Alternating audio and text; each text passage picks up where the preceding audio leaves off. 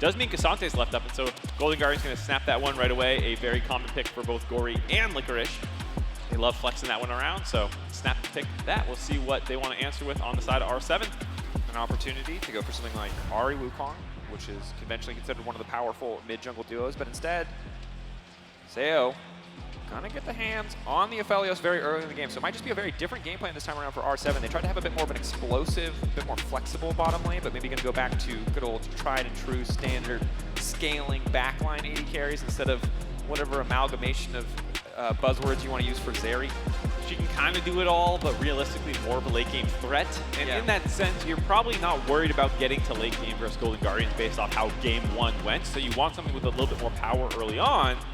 But interestingly, it feels like with the Maokai locked in that they've opted for more neutralizing champions. Sapling's going to give you a lot of vision. Yes, Maokai can set up a lot of these good plays, but oftentimes you're pairing him with, you know, an AP mid laner as well. So have to see where they're going to go. Golden Guardians may take this opportunity to put their foot on the gas. Go for something like Lucian Nami. The struggle is obviously if you fall behind early game, you're going to get very cleanly outscaled by the Aphelios, but instead, looking to put their the pedal to the metal, so to speak, with the Lucian Nami duo. You're chief Lucian Nami hater, though, from EU, correct? Yeah, so mostly this is because this duo as a whole, when you execute it very well, is incredibly oppressive, but it requires you to capitalize on every little opportunity, whereas champions like Jinx and Aphelios, you can mess up a lot of things. As long as you get to 3 items and can play team fights well, your champion's going to output. Whereas if you mess up in Lucian in the early game, you never really get that power point. Mid-game, late game, he doesn't have the same impact. So if Stixxay and Huhi can pilot the champions to a good enough level, it's an incredible duo. But when in doubt, I always just say, hey, just pick scaling. It's simpler. Well, fortunately for NA, they are one of the better Lucian Namis in the league. 7 picks, 5 wins with the combination. Oof, unheard of in the LEC. I'm not memeing. It has like a terrible win rate. This doesn't come from nothing. That said, I believe you. I will not watch any games involving the LEC and Lucian Nami, and hopefully we don't see any of this tournament. But for NA, it's a good slam here, given that they had such a good time in the bot lane, or excuse me, in that game. And I was saying about how Golden Guardians can kind of play to each lane depending on the draft. So this time around, you can expect to see more resources probably coming down to them, especially post-6 when they have their ultimates online. And now, as we head into the second ban phase, Olaf taken off the board makes some sense. I think just want to give respect to that pick overall if they're going to put the Ksante into the top side of the map, but keeping the Ksante as a flex is an option. When also taken off the board, Gragas, Nidalee, the ban's on the opposite side. Nidalee not a champion I'm particularly excited about, but obviously can really take over a game if she gets rolling early. Yeah, Nidalee is a very feast or famine champion and can look quite bad when things are not going well, or makes the entire game about her. It feels like it's either one or the other. I do like the Gragas ban, though, knowing what we saw out of Golden Guardians against BLG. The win that they were able to grab involved the Ksante, Gragas, Yasuo flex combination there. And I think Nidalee kind of matches that idea where you have double AD soul lanes potentially or something, and then you have a Nidalee kind of running wild where no one's stacking MR and your spears can hurt a lot. The Jayce slam I do like, but this is something we see quite a bit for Golden Guardians playing into the Jayce or playing it themselves in both mid and top lane, and it's or playing against in top lane. It's not a champion that Bong or Mireu who've spent really time on in terms of the games that we've seen on the stage. The Nocturne now locked in. G2 have played the Nocturne mid. We've seen Nocturne in the jungle, I believe. So we'll have to see where this pick is going to end up. And I think this is an opportunity for Golden Guardians. The fact that they can potentially add another flex pick to the mix is big because at this stage, the Jayce remains a flex on the side of R7. So trying to get as much advantage as they can. However, once you lock in the Taliyah, feels like that does confirm the Nocturne for the jungle and the Ksante for the top lane. Most likely the case, and I do think this gives Golden Guardians a lot of tools to deal with that Jayce if it is going to go up to the top side. Licorice will have a bit of a rough laning phase in the very early levels and whatnot, but then post-6, you can expect a lot of resources to potentially go up there. Can also go down to the bot lane if you want to play around the Lucian Nami as well, so Golden Guardians having a lot of map movements available. Jayce going into the mid lane then, a little less exposed in the shorter lane, and hopefully enough laning prowess to lock Gori down and stop those roams from coming in. And this is a champion that can very quickly take over the laning phase. I haven't loved Jayce as much since the changes to Gore Drinker, where you have to kind of build Gore Drinker if you want lane sustain. Obviously, a lot of the other lethality items taking that sustain away, I think limited a lot of his ability to snowball really cleanly, but we'll see exactly what Mireu can do in the early game up against Gori. Is this just an EU thing? You hate all early game champions? Yeah. Okay. Yeah, anything that's very execution reliant, I'm like, please stop. I have to have a good lane phase? I don't want it. I don't want it. You have to have a button you can push that instantly CCs the enemy champion, or I don't want to play it. I need the team fight ultimate, or I don't want it. Yeah, you either scale or you have very simple execution. That's my. I'm not going to condemn all of LEC to that philosophy, but for me, it's like, please. I'm taking notes. I'm sending. You're great. The rest. You're so good, but you're also so. As one of the people who could potentially get the gold lead in their favor here, we'll see if R7 can pull off a big win in Game 2 to force a Game 3. If you are an R7 fan, they need to hear you throughout every stage of the game. Their backs are against the wall. Made history yesterday in that series. Have to make it again here to taking down the Golden Guardians. But for now, just poking, a little bit of vision laid down. You notice that the dance-offs have stopped here in Game 2. Things getting a bit more serious. You also saw the Prime Gaming call out in the bottom there to get emotes. Also, this is one of the first international tournaments that had co-streaming so early on enabled. And I'll do one for all my co-streamers around the world. Any primers in chat? Did you know? If anyone's got the audio on, there you go. MarkZ doing him a solid. Gori now coming down, though. Lyonz definitely not doing a solid. Already burning the heal in the early laning phase.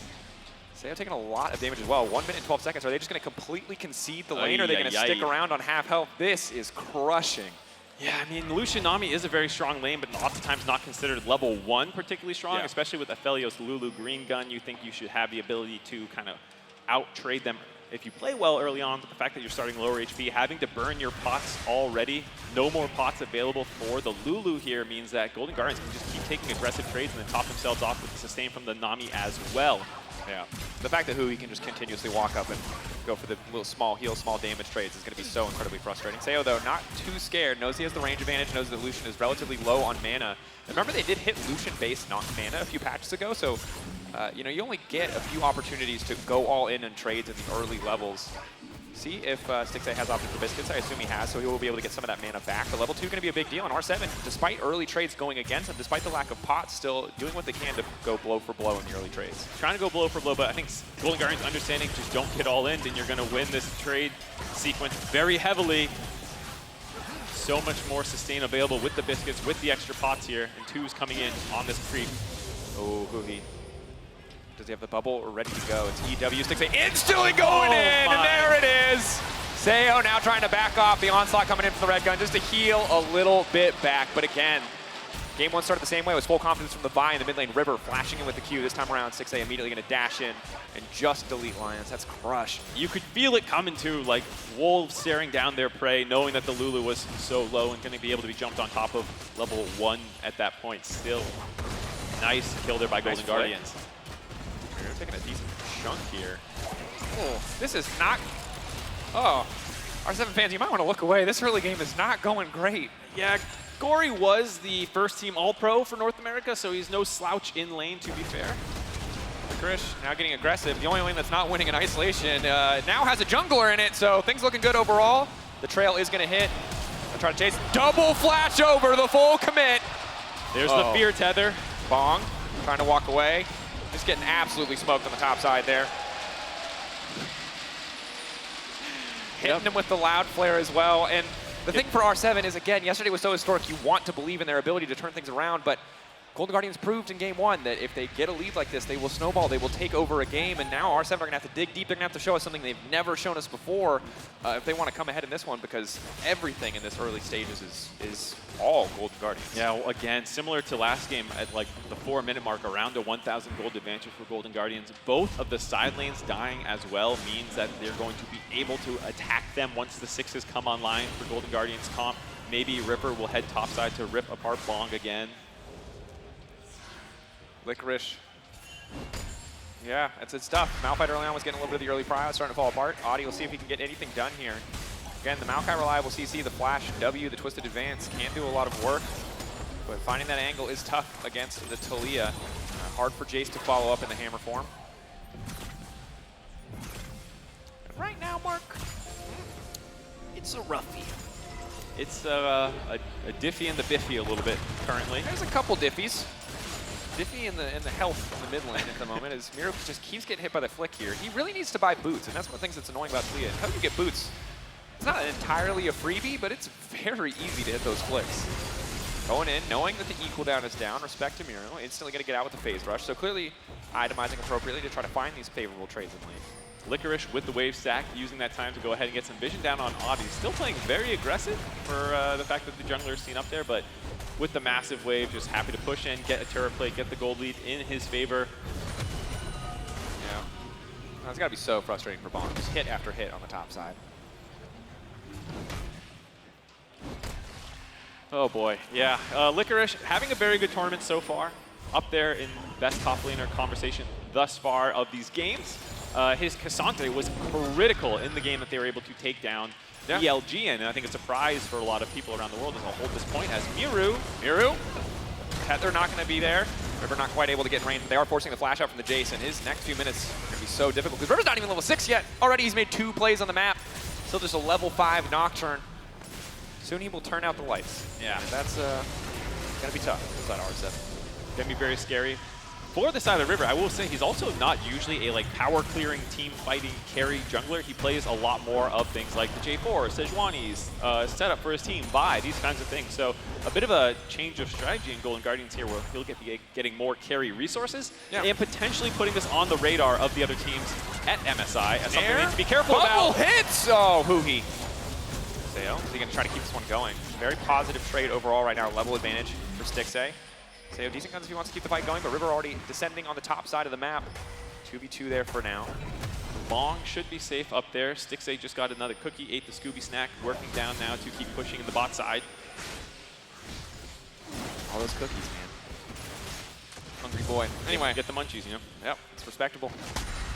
River now moving in, just going to try to contest some of these camps. And I will say that on the subject of Golden Guardians, as an outsider to your league, watching, coming in for playoffs, coming in for the big series, the surprises and the upsets, I've been impressed by the kind of consistent glow-up.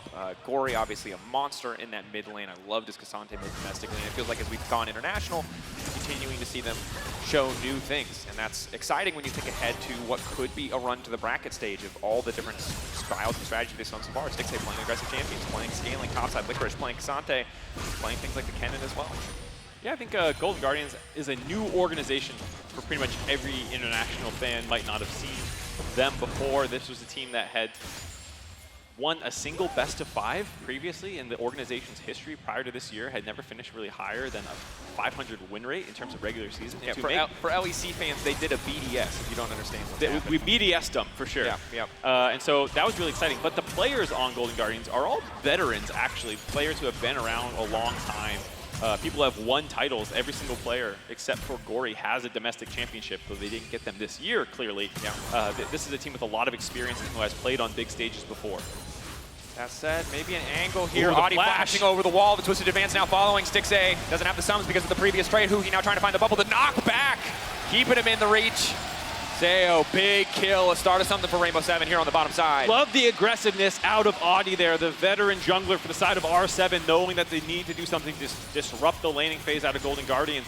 The aggressive flash into the river to get in there. Very nicely done to get that kill onto Stixxay, stop any potential snowballing from coming in. And it's a classic Maokai play, but you love to see it executed. Hiding the incoming ultimate with the wall, keeping it out of vision, going over the wall, immediately following, using everything that you have just to get in range and really making that happen. And if there's one way to win this game, it is getting the Aphelios ahead of the clock, using this beefy front line that you have, all the CC and setup that you have to shred through a lot of these squishier health bars. You're in the mid lane doing a little bit better here. It is crazy. I mean, I know he just wants more lethality, but I feel like boots just make your life so easy. And he's like, no, I will play this on hard mode. He will not level up, you know what I mean? It's a level 10 Elden Ring run. He refuses any extra movement speed. There's no vigor here. He is just going in free. Yeah, it's one of those items you can buy which makes your life easier, but you want the damage. We'll take another look at this real quickly. There's that flash over the wall. Nice knockback as well, stopping Huhi. No 6 yet for the wave to potentially try and peel the back line there, the punch back into the rest of the enemy team. Easy kill. Damn it. Doing Stixxay a little dirty here. The king is down. They made that very dramatic, but we talked about this as well, that Lucian is a champion that if you shut Lucian down, suffers a lot. It's not a Jinx versus Aphelios matchup. It's not scaling v scaling. So taking Lucian potentially out of the equation or limiting his impact early on can be big. That said, River grabbing an uncontested Herald on the top side does mean the Golden Guardians can start to look to knock down some of these towers. Here comes the wall, trying to split off Oddie. It will not work. Yeah, trying to set him up. If you got the bounce back, knowing his flash is down, it's very easy for River to pop his ultimate as well, and then all collapse on top of him. Huhi was also in the river, so Nice play there out of Gori, but not able to find that one. Does cost a potential roaming ultimate as well. So in terms of pressure released, it's very nice for R7 to actually absorb that one without losing anything. We'll still have to see where River's first ultimate ends up going. R7, and again, slowed down in the previous game. The Guardians are getting further and further ahead at this point, really taking over the map completely, but already R7 have fired back a bit more in this game too. Can they keep it going though? The ward is huge. Good highlight there. Wave now coming in. Lyonz can just start to back away. They don't need to overcommit to this play. They do have the jungler behind them. They're waiting. The Nocturne ready to go in at a moment's notice. Sayo has to be careful. He gets too low. He's immediately just going to get executed here. The retreat now coming out. Ulti into the bush. Decent damage, but can't quite finish the kills. Nice patience there out of Golden Guardians. They do get pushed back. A very good attack by R7, kind of baiting Golden Guardians to take that trade forward. River did have a sweeper, I believe, and saw potentially that there was a ward, or maybe it timed out, but somehow that ward got cleared. So I assume River was aware of it. He does have the Rift Herald, so he couldn't have dropped it and just swept it. Either way, maybe was aware, because he held his Nocturne ultimate the entire time, not trying to go in there and get baited, knowing Oddie was on the bot side. But with that pressure, R7 taking that trade, getting enough pressure to grab the dragon. And that's big. You can see early Bloodthirster buy is the name of the game for Sayo, just trying to weather the storm of Lucian, Nami, early harass. Mireu now coming down. BT going to get picked up on the first base, and that's going to make this lane phase much, much easier. Free boots coming through for Stixxay as well as the Gale Force, though. Maybe can look to get something done. Licorice on the top side. Not going to be able to stop that recall. Overall, much closer game thus far. The first few levels look pretty grim, but R7 holding on now. But Mireu to back away.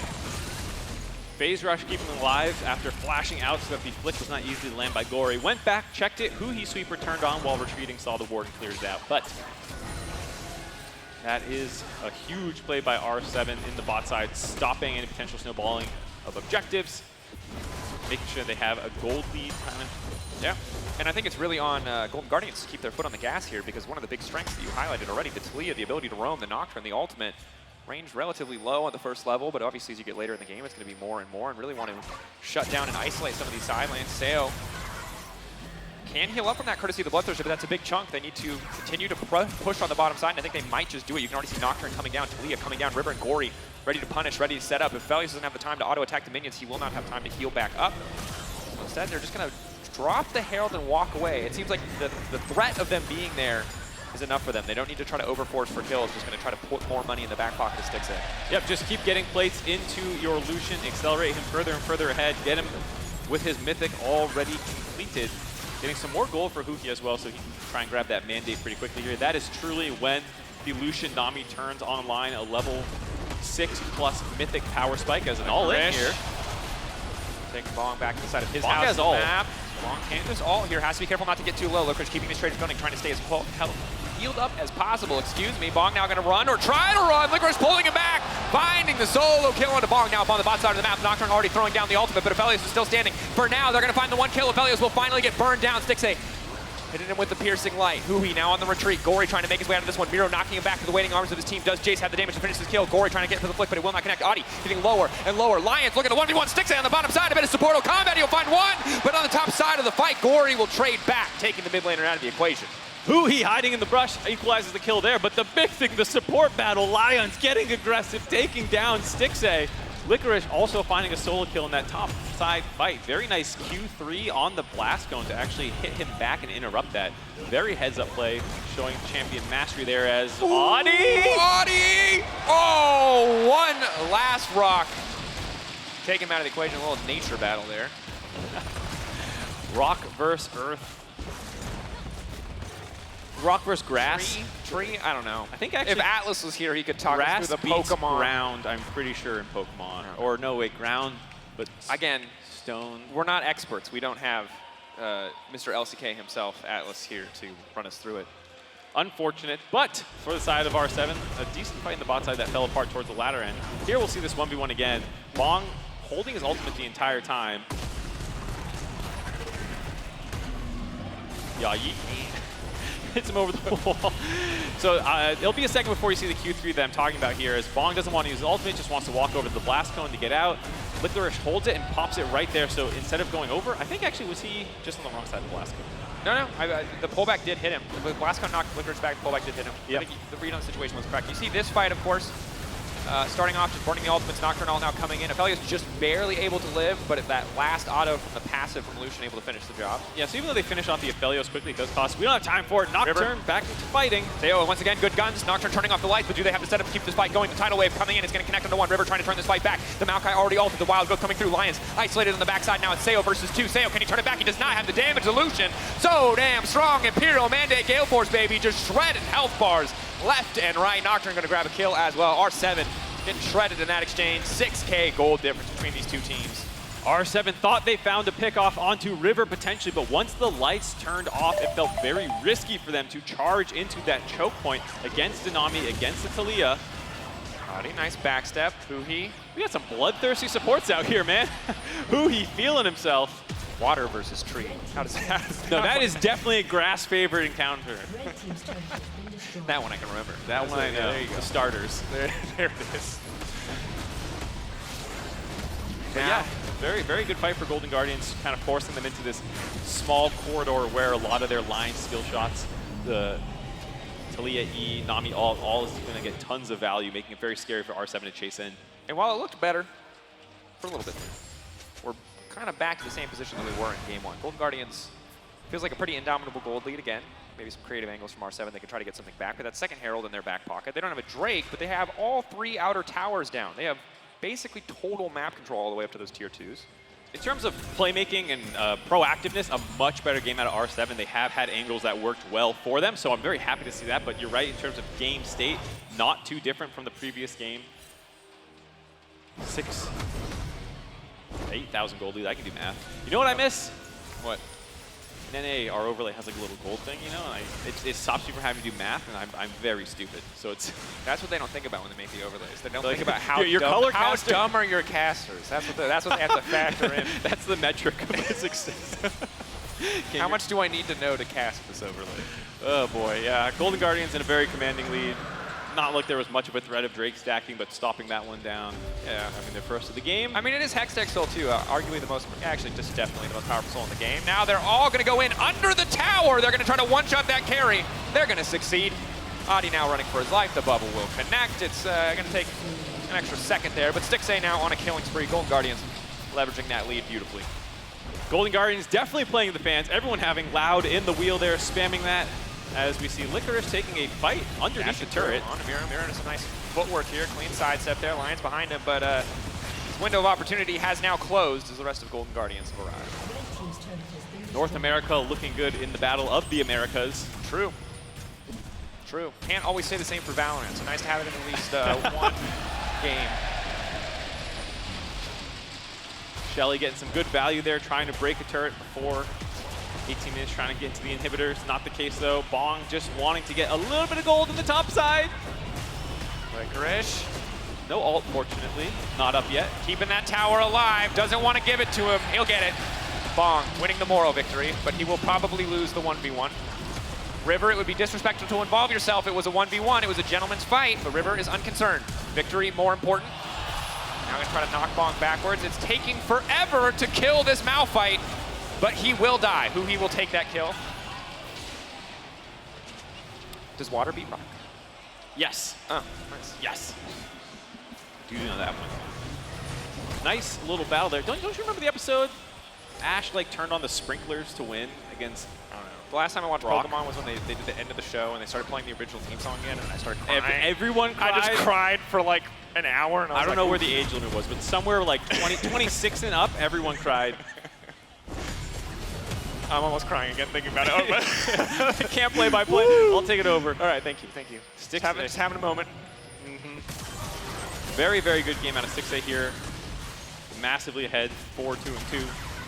Now, and Licorice just shadowing, covering here. And the struggle of this composition is your really big proactive engage tool is Bong. Bong, of course, taken off the map. Means it's really hard to get anything started because while Oddie did find a creative engage on the bottom side, that's the other option.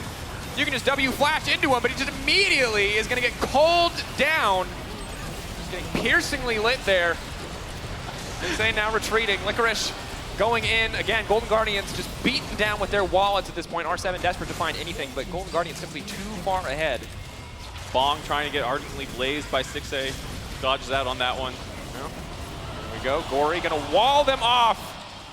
Here it is, R7. One last desperate stand. And they make it happen. They're trying to burn down one member. Licorice too damn tanky. Stixxay uncontested on the backside. Shooting fish in a barrel. Oh no, it's a slaughter. Run, Sayo, run. There's just no room. He's feared. He's taken out. Bong's gonna hit 3, but it's not enough. Golden Guardians, 5-man corralled, all R7 underneath their inner turret. Gets the ace at the end of that play. Oddie has revived. That was Crushing. crushing. There were a lot of adjectives we could have gone for there. You can take your choice. That was, yes. R7 now at a deficit at 20 minutes that I think is statistically impossible to come back from. We'll see what AWS has to say, but I expect it would be a pretty accurate prediction at 100%. Yeah. I think it's 99.9. Yeah, break this one down, Mark. What did we see here?